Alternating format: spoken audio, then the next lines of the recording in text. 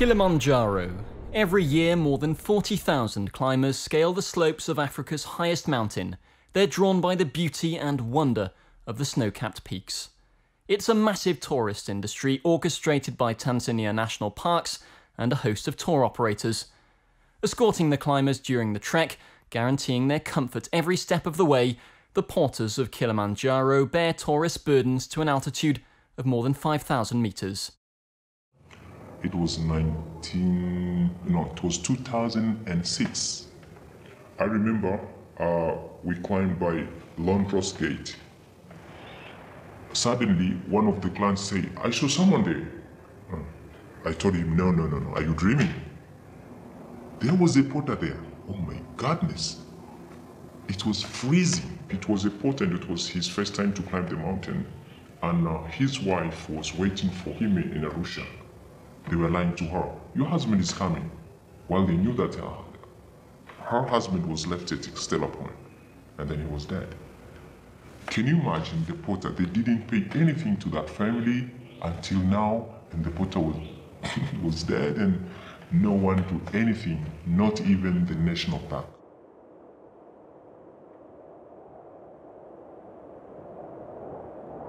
There was a couple gentlemen right in the beginning that had, two of the bags that I barely, you have your mochila or your duffel bag. It's amazing the weight they can carry on their heads. Some of them will carry them across their shoulders, resting atop. Some people just have stuff on their arms. They're just so much stuff. Every one of them seems to have their own style. They're carrying even full garden chairs, which you see like in our homes and in the garden. It's like, this is so ridiculous.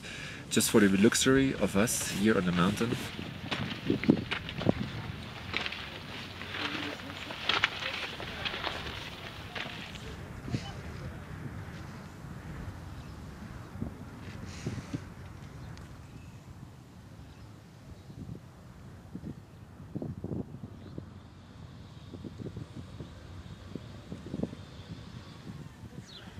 The town of Moshi is the first step for tourists climbing to Kilimanjaro's summit via the Machami Gate. Here they first meet the porters preparing for the trek. The climb can cost anywhere between $1,000 and $4,000, a wildly varying price tag due to the lack of transparency in the Kilimanjaro tourist industry. The first meeting between hikers and porters is brief. Everything is done in Swahili. The guides play the role of go-between for tourists, porters, and the park authorities. For foreigners, understanding where their money is going is an arduous task. The rules governing the climb are strict. Tour operators are under obligation to provide hikers with porters and guides to guarantee their safety.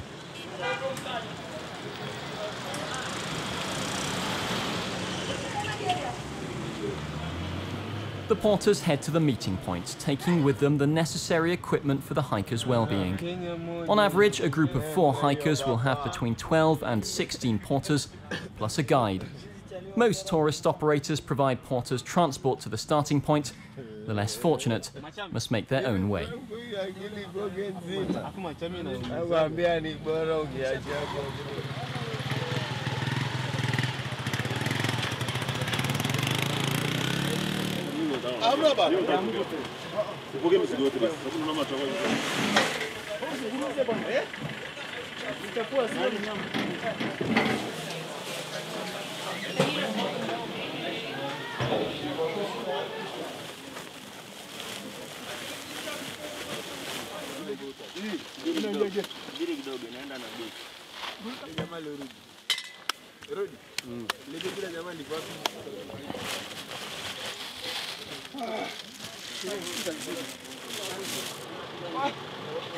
Park officials watch over the mandatory weighing of porters' packs.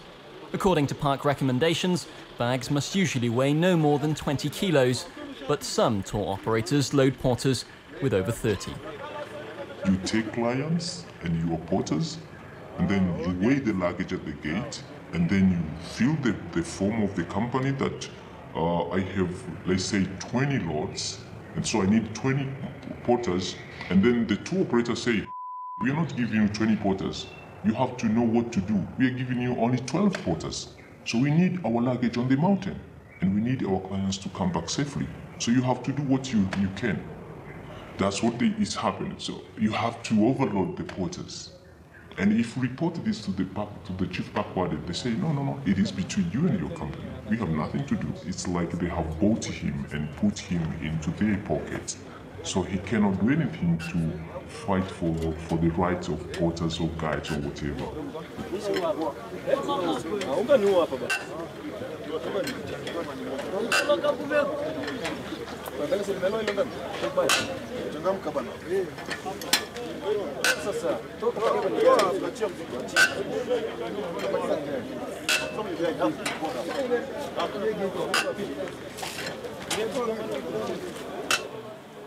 Visually impressive but difficult to climb, the Machame route is the second most popular itinerary after the less taxing Barrancu road. At the Machame Gate, the tourists shelter from the bad weather.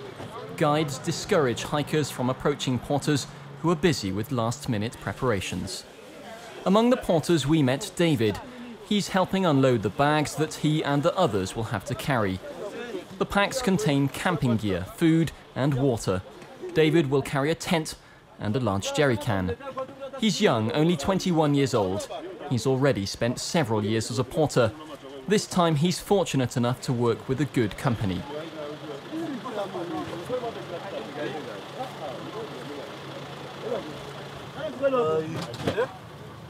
Nearby, Benjamin is also getting ready for the climb. Yes, I'll be part of the crew today. He's one of the representatives of Fair Travel, a travel agency fighting for equitable tourism. Keen to get to know his employees, Benjamin will attempt the ascent as a porter. So you see how much it is to carry, huh? Going with a group of 4 requires a minimum of 10, 12 porters.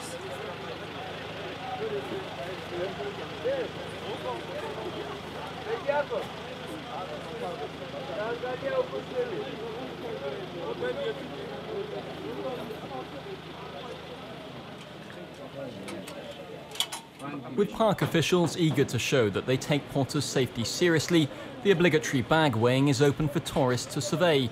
Still, everything happens very quickly in Swahili and using equipment that isn't always completely reliable.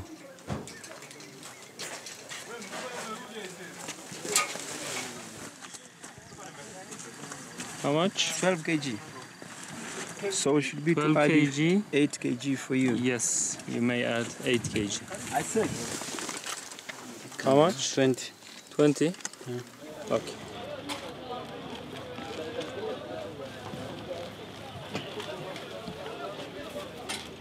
And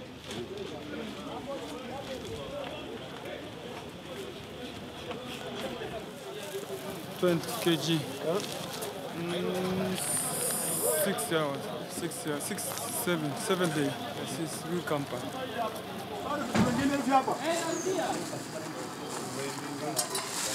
With the weighing over, the first porters begin the ascent.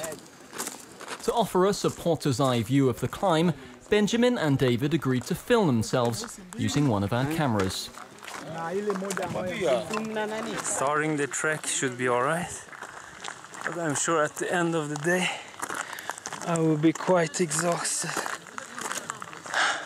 These are my colleagues for today, and I'll be joining them to the first camp. The first day of the climb begins at the Machame Gate on the southwest side of the mountain at an altitude of 1,640 meters. The day's trek will end 11 kilometers away at Machame Camp.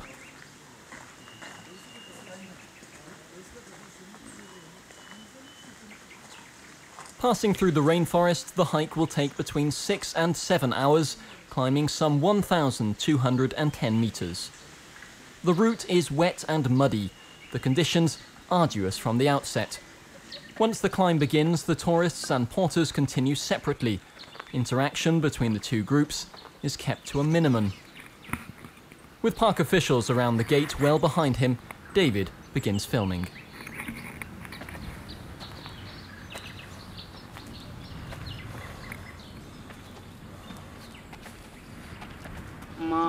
Kwa mara yangu ya kwanza kwenda mlimani nilivyoona barafu nilioshangaa sana kwa sababu ni kitu ambacho nilikuwa sijawahi kuona. Kwa sababu mimi nilipanda mlima nikiwa na miaka 15. Ndio. Nilipanda na miaka 15, kwa hiyo siku ambayo nilipanda nilipitia njia yangu ya kwanza ni Machame.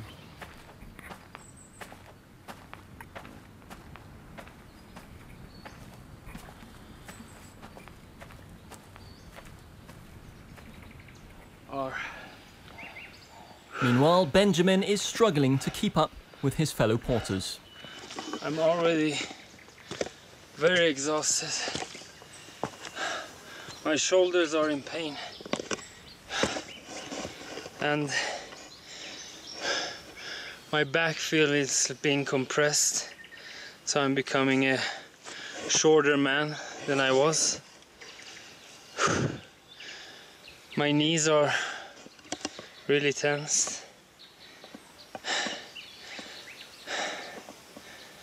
Yeah, the whole body is really in a mode of hard labor.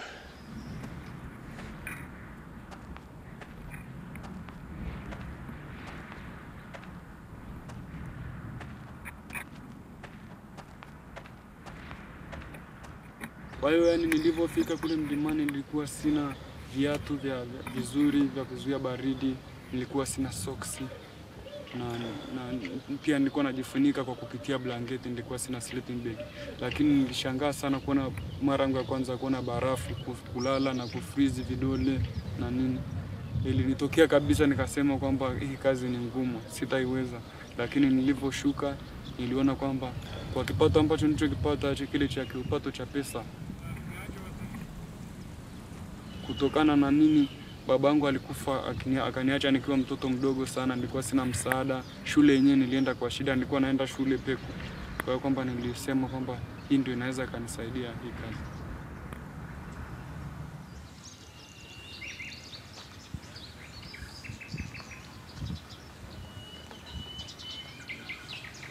All I can tell you that your body and mind becomes indifferent to anything. You just exist, you're just walking, you're taking one step after another, but you don't feel human. You just feel like a mule, a donkey, or a porter.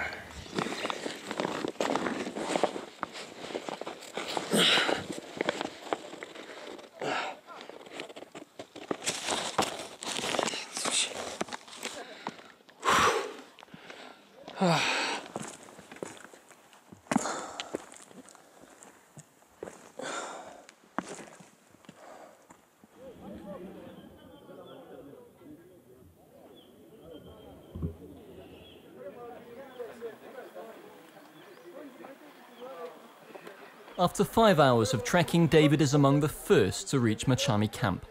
It's time to set up the site before the tourists arrive. Everything has to be ready.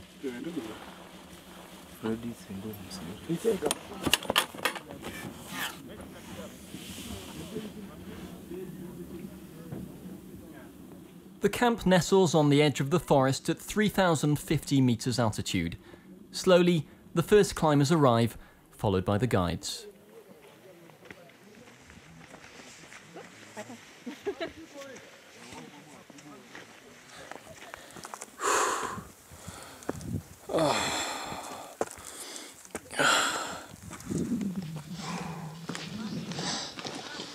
Hippie. Aha. Just kidogo. No, kidogo. I want to try. Can you say dear? Can you wait, please? Let's see. 15? Oh, I can feel it in my body.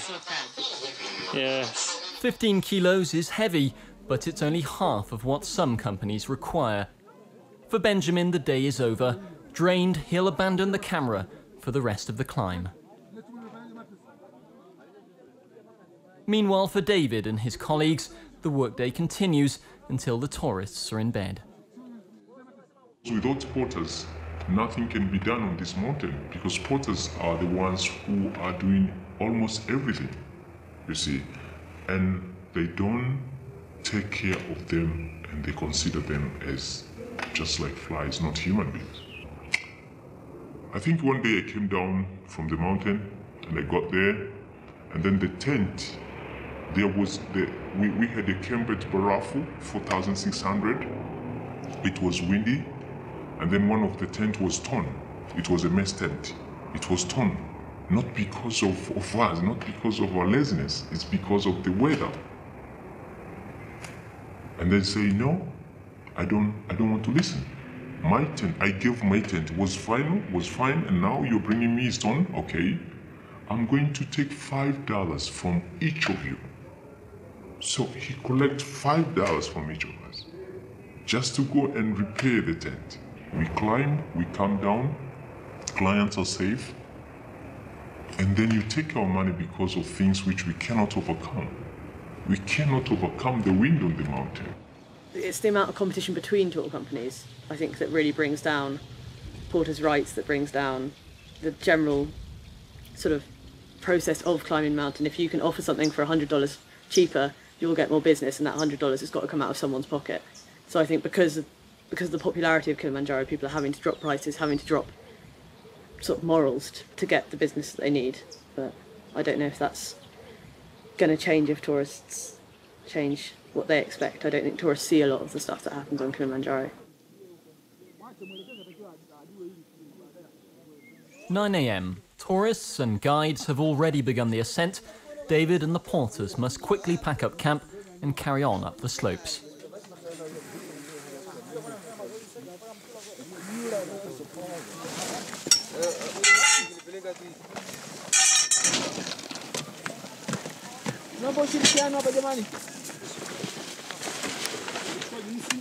The rainforest is behind them, and with it the clouds, humidity and dense vegetation.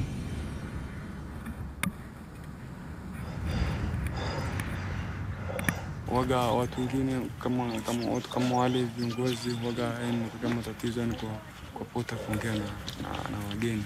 Kwa kwamba mara nyingi labda unaweza kwenda kuongea na mgeni ukamwambia kwamba tuko watu 12 na guide amemwambia kwamba wako watu 15. Kwa kitu kama kile ndio hicho kinatuletea shida sisi kwenye kazi, na pia kwenye masuala ya chakula pia mgeni anaweza kaja kukuuliza umekula, na unaweza kumwambia uyala. Sasa yeye mwenyewe anaweza kaenda kachukua kitu chochote kama chochote alichonacho kama chocolate au nini, anaweza kaja akakugia.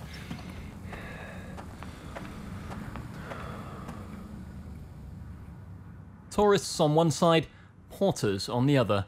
Between them, the guides ensure that contact between the groups stays minimal. Hikers are to remain unaware of the porters' working conditions. A complaint could put the tour operator's reputation at risk. Competition is stiff, and on Kilimajaro, there's no minimum wage. Most porters earn only $30 per climb. In a good year, a porter may earn $2,000 at best, meaning many remain below the poverty line recognised by the Tanzanian government and many World Bank studies. We're at 3,600 metres altitude. At this level, the body begins to suffer, the packs begin to feel heavier.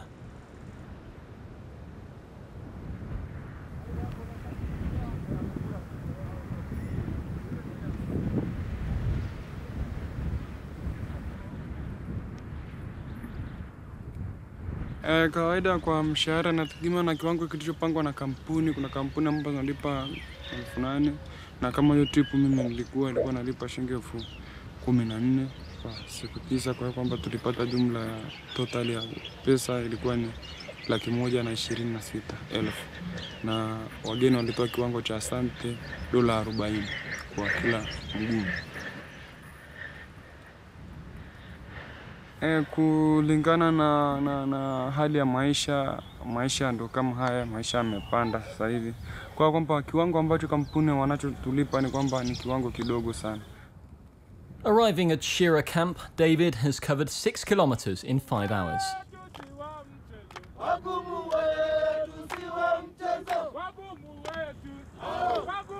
At the end of every stage, the porters cheer the hikers' arrival with traditional songs. Despite the exhaustion, the porters remain cheerful, singing enthusiastically for the climbers. The hikers finally have the chance to spend some time with the team escorting them. The porters often hope to pick up a tip from the tourists. It's a rare moment of interaction between the two groups under the watchful eye of the guide, who ensures that everyone's happy and that none of the porters' complaints filter through.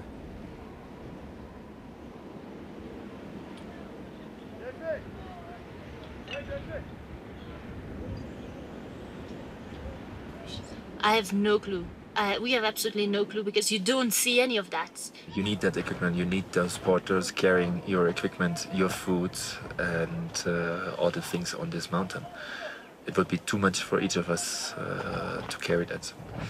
It looks like not a torture, but it's a difficult job, a tough job.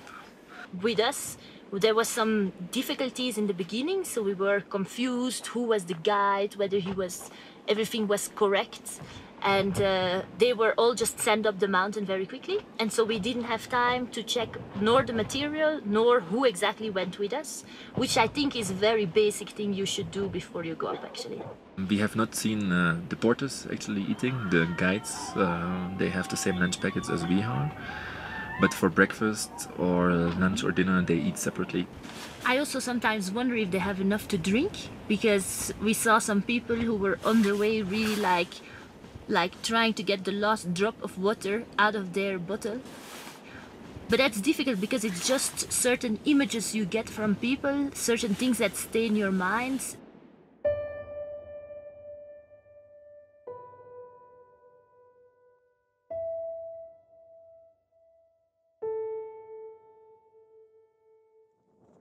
While climbers enjoy a healthy and varied diet during the climb, the porters' food is extremely limited.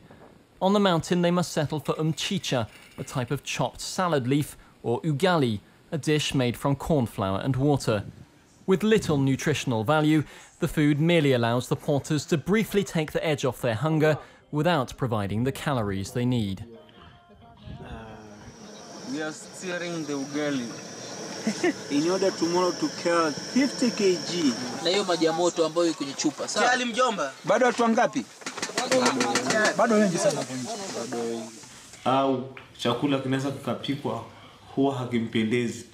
Kwa mfano unakuta wageni ni wengi, labda 10 nenda juu. Zaidi ya 10 unakuta chakula kinapikwa, chakula kile ni mboga, labda ni mchicha watu wengine wana tumbo ambazo sio mzuri. Anakula ule mchicha, tumbo anaanza harisha, anatapika, anashindwa, anarudi, anaenda zake hospitali. Anawahi hospitali. Safari ya mwisho ya juzi tulikuwa tunakula mara moja kwa siku jioni. Chakula kilikuwa kidogo sana, na sababu ilikuwa ni siku 6, kwa hiyo inatulazimu kutoka Barrancu kupita kituo kimoja kwenda Barafu, ili ambao ni base camp wageni wa summit, si turudi kesho yake turudi Mweko. Kwa hiyo baada ya kula jioni Barrancu, siku tuliofika Barrancu hatukuweza kula tena kesho yake.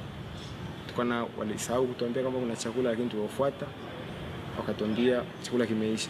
Kwa hiyo tukalazimika kukaa na njaa zaidi ya masaa 24 mpaka tulifika Mweka jioni. Tukala chakula kingine cha jioni.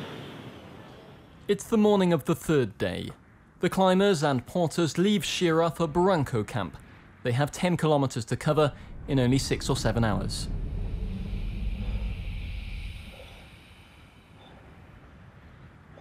Despite the tiredness, David pushes ahead, passing a group of tourists. At more than 4,000 meters altitude, the air becomes drier and the temperature varies wildly. Nafahamu kuna vijana wawili ambao walipandia njia Marangu. Walikuwa na vifaa vya kupandia mlima, vifaa vya kutosha. Sasa ilinyesha mvua kubwa sana, wakafia njiani. Wakafia mahali pamoja wawili, ni watu wa Marangu. Ndio. This stage is the easiest, the change in altitude relatively slight. Still, the harsh climate, strong winds and burning sun, plus the winding path, prevent rapid progress. Here, the flora and fauna that survive are perfectly adapted to their surroundings. During this flatter intermediate stage, hikers' bodies finally have time to adapt to the climate. Tourists can prepare to climb the lava tower at 4,600 meters altitude before reaching Kibo Peak, the mountain summit. Taking time to acclimatize is important. It's at this stage that many of the climbers begin feeling sick and drop out. David is suffering altitude sickness. The lack of oxygen and the heavy load on his shoulders is taking a heavy toll. He's suffering headaches and nausea, struggling to catch his breath.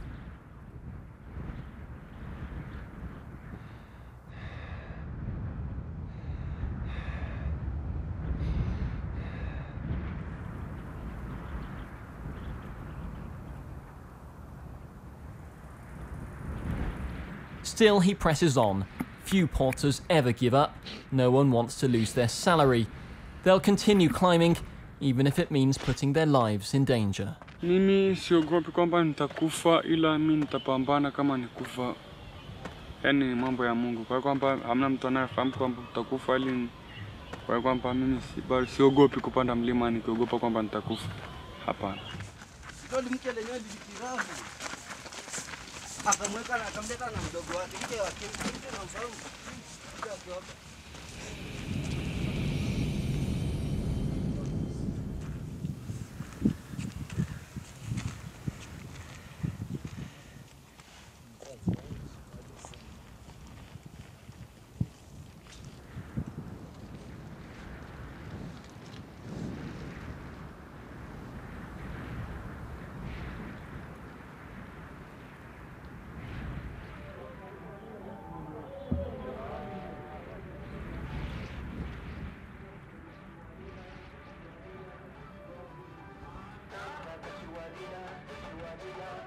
Late in the afternoon, the weather takes a turn for the worst at Barrancu camp.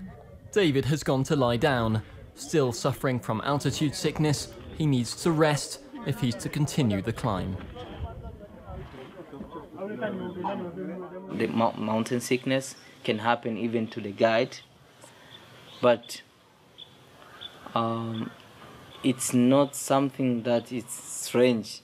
It's not something that can happen like boom. Inategemea na ugonjwa wenyewe unakuwa ni ugumu namna gani. Kama ni hizi kazi zetu za kiupota, ni unaenda, unapata dawa, kama ni kulazwa unalazwa, ukitoka unajiangalia mwili wako kama una nguvu ya kutosha, kwa sababu hizi kazi ni za msimu. Na huwa ile kazi ukikosa ni kwamba pia na wewe maisha yako ndio hivyo tena huna cha kutumia. Unaweza kutoka hospitalini na kukaa, baada ya kupata nguvu kidogo unajaribu tena kufanya ile kazi na unaendelea kufanya kazi nyingine.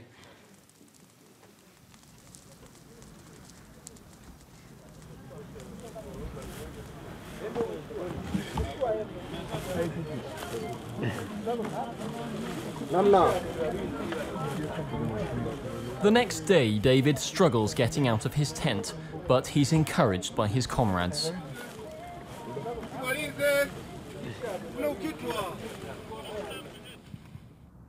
Today's ascent arrives at Barrancu camp at 4,600 meters altitude.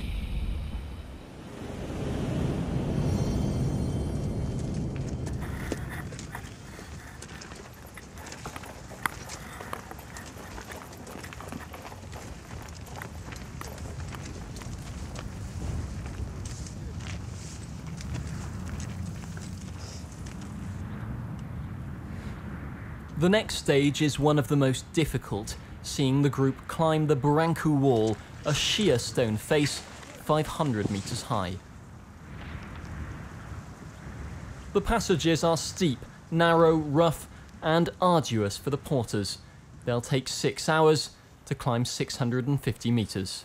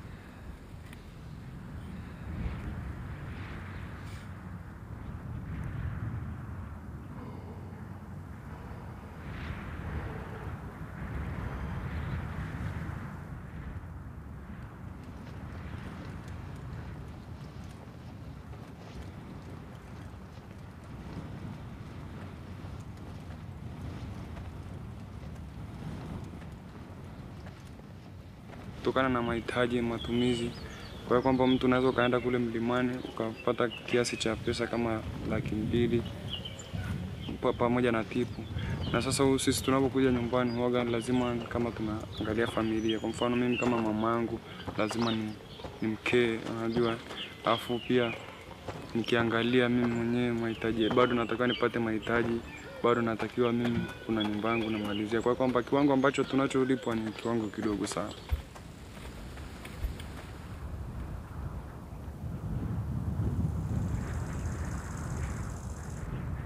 Barrancu camp, we're a long way from the rainforest below.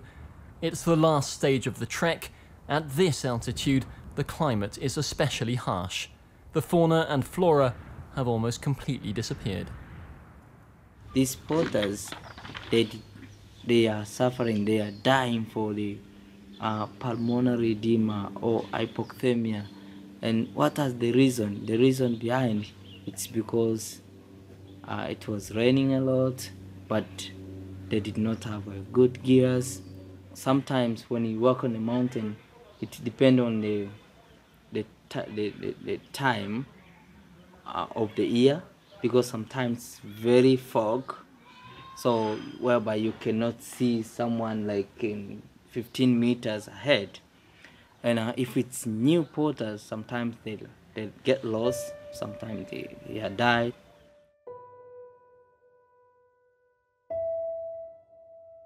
Death, sickness, details the tour operators and the park are keen to hush up. No one really knows how many porters die on the mountain every year. Naweza kuiacha kwa sababu kazi ni ngumu, alafu naifanya kwa sababu ya ulelezi wa watoto na kusomesha watoto. Unaweza kufanya kazi nyingine kule mjini, lakini kutokana labda unakuta labda watu wengi ambao tunafanya kazi ya mapota, unakuta wazazi wetu walikuwa hawana ile pesa ya kutusomesha mashule kuanzia labda form 1 na kuendelea. Unakuta tunaishia darasa la 7. Sasa inakuwa ile elimu huna. Kazi nyingine ambayo nilikuwa naipendelea kufanya kama mimi, tuseme kazi kama hotel management hivi, nilikuwa napendezwa nayo sana. In Tanzania, working as a porter is almost a rite of passage on the route to becoming a man. But those who make it their profession do so because they lack the education to pursue any other career path. Those making frequent climbs and enjoying generous tips can hope to learn English and find another job. It's been a cold night, -15 degrees. For this last descent, some porters will stay at the camp. Only a few continue to the summit. The guide will decide.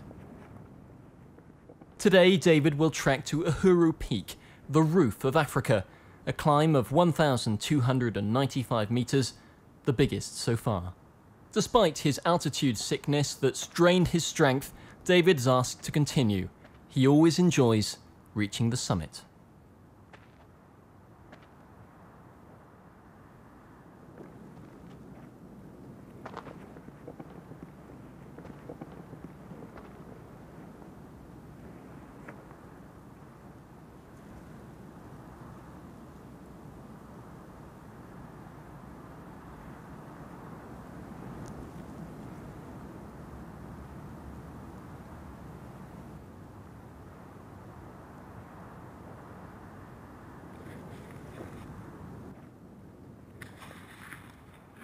Ndio maana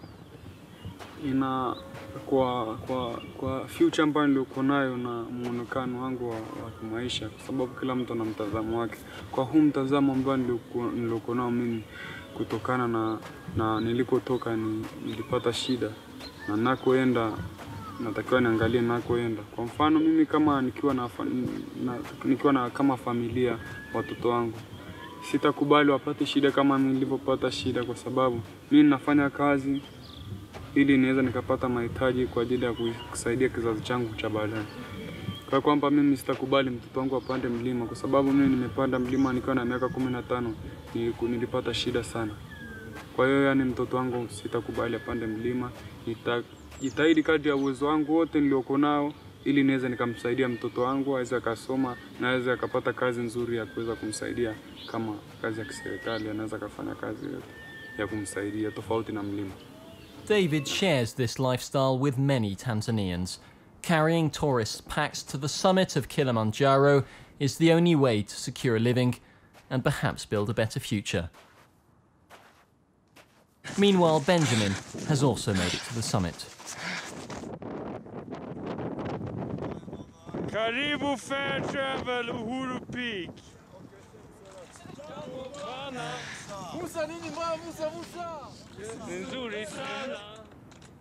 5,895 meters above sea level.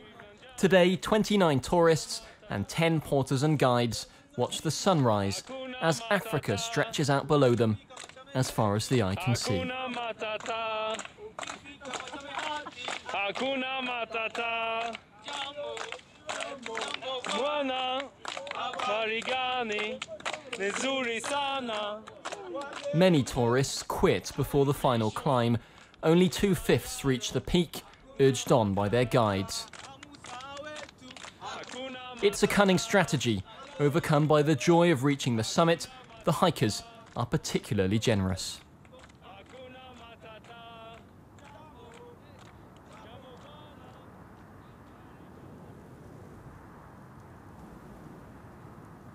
It's time to make the 40-kilometer return journey. The trip back to Machame Gate will take a day and a half. Thankfully, on this trek, there were no serious accidents.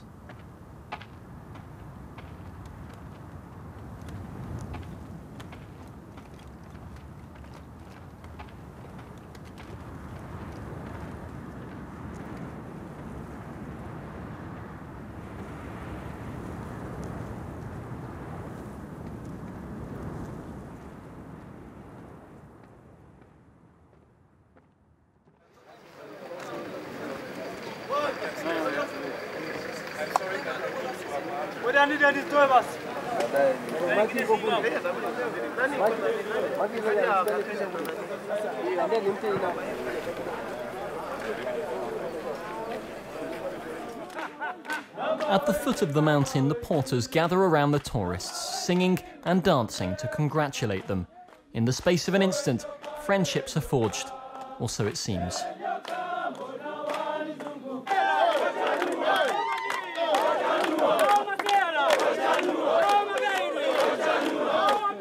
Behind the light-heartedness hides the true face of the industry.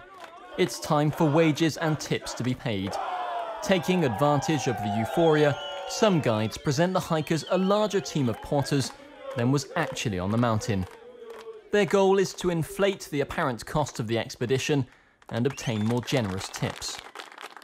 The guides and their assistants collect hikers' gifts, keeping the largest share for themselves, while the porters lose out.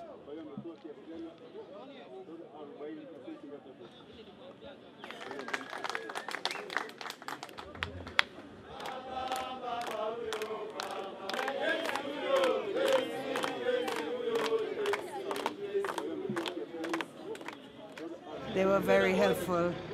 They have a very hard job, so I wish they can be well paid and rewarded for the job. They would always climb or start climbing before us, and then they would always beat us up the mountains. So, and then we would meet them afterwards and talk about their experiences. So it was just a great experience with these guys. They're the unsung heroes on this mountain. Yeah. They prepared all the food for us, made wonderful meals, and just took care of any necessary items. In fact, some of the people that went with us were fatigued, and they would even carry some of their bags up and down the mountains for them. So they proved indispensable for everything that we did on this climb.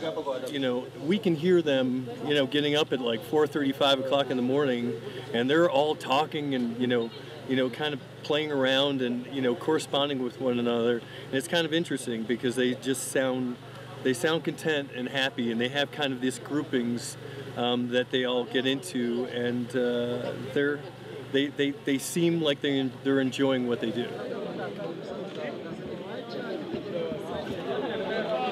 Authorities collect very little information about porters' working conditions. Those seeking to get their hands on the facts have to rely on independent organisations. On his return, David reports the Kilimajaro Porters Assistance Project. The American NGO defends porters' rights, largely by trying to educate the tourists. They keep a list of tour companies with a reputation for treating porters well, carrying out regular inspections to monitor working conditions.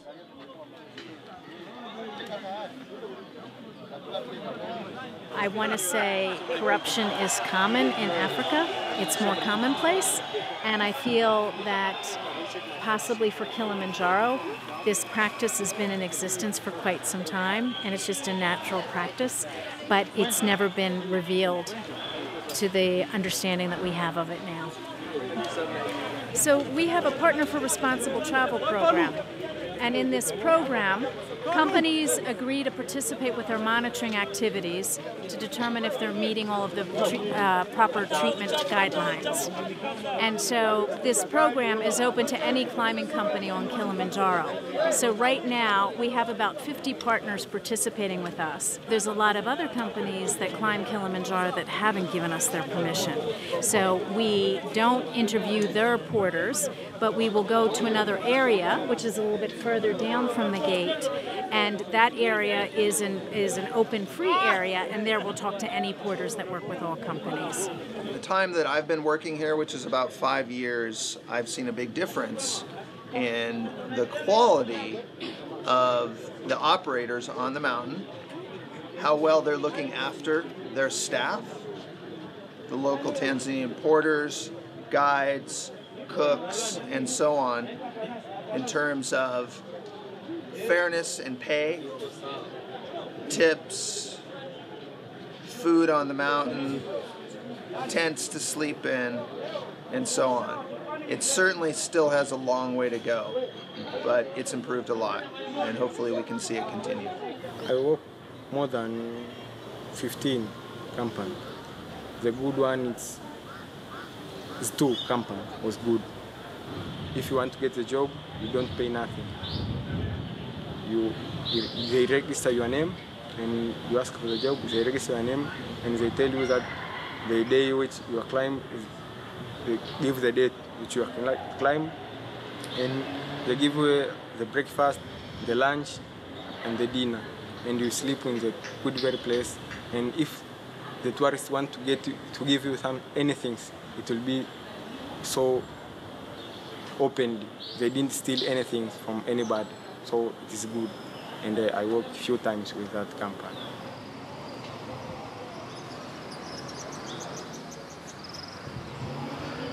Since filming and at the request of certain companies, authorities have banned members of the Kilimajaro Porters Assistance Project from entering the park. NGO staff suffer daily pressure and regular harassment. David has returned home to the village of Barrancu on the slopes of Kilimanjaro. Life here is shaped by the tourist season during the driest months of the year, from July to September and December to February. The men leave their work in the fields to help tourists climb the mountain. The porter's safe return is always a cause for celebration.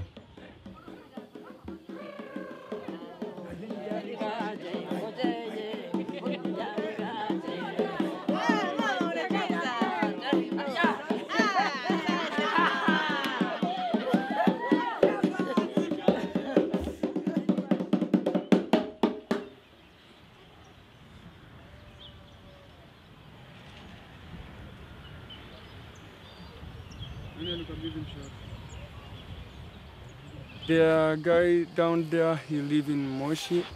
There are guys, he's not good person because when you want job, we're going to talk with him, and he say, you can give him 10,000, 25,000, you can bring him and he give you a job.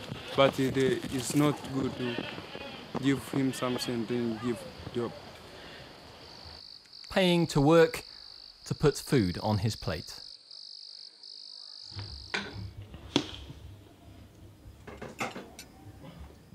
I'm with a lot because the day after tomorrow I go back on mountain. So on mountain you can eat only ugali. Yeah, that's too much ugali. So today we'll change some food. As it gets to be a more popular climb, people are more aware of the role of porters. I think a lot of people came here as inexperienced climbers and as inexperienced sort of African travellers and didn't know the expectation of what people were going to be doing and didn't notice it because they weren't aware of it. And I think as Kilimanjaro becomes more popular, people are more aware of the roles on the mountains. So they're aware that when they're climbing, they will be provided with certain luxuries as well. And I think that expectation of what they're going to receive means that they tip higher, I think. And I think that also affects the way that porters are treated. Who can change? I will say like the government is the first one, because they are the ones who decide on the rules and regulations, and then they have to make sure that they are overseeing the rules and the regulations to make sure that all other departments are meeting the standard. If the government will be there and if will not work on their part, that means the changes will not be made. The Western country, if they want to visit Tanzania in order to visit those sites, they can push to make sure that everything goes right by like bringing their ethics in Tanzania, so that because they are the ones who are going to that site, so it's good if they make sure that everything goes well and works proper. And I'm sure that if they will push and give pressure on some areas, I think that will work well. How many clients are we having climbing this mountain every day? The number cannot be counted. You come to the point of our way of living. The basic needs, food, clothing, shelter, education, is really poor, despite the much money which is obtained from this mountain. Kilimanjaro stay like a mountain, like somebody see Moshi. For me, it helped a little, and it helped others. But for the community, I don't think that will be able to help enough.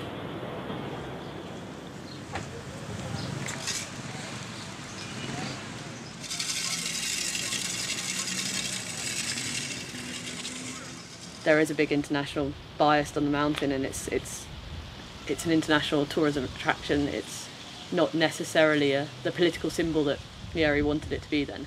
I mean, in 1961 he made a speech saying that they were going to light a candle on the top of Kilimanjaro to symbolise it as a beacon of hope and of freedom and of power and of Tanzanian greatness, and I don't think it's quite achieved that. I think politically it is a financial tourism icon rather than an icon of Tanzanian independence.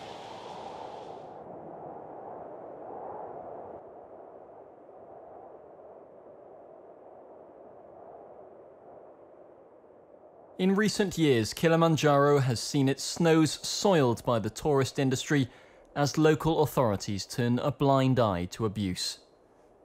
Many lovers of the mountain hope a fairer tourism will be allowed to emerge, with a new dawn driving away the dark shadows cast over the Tanzanian plains.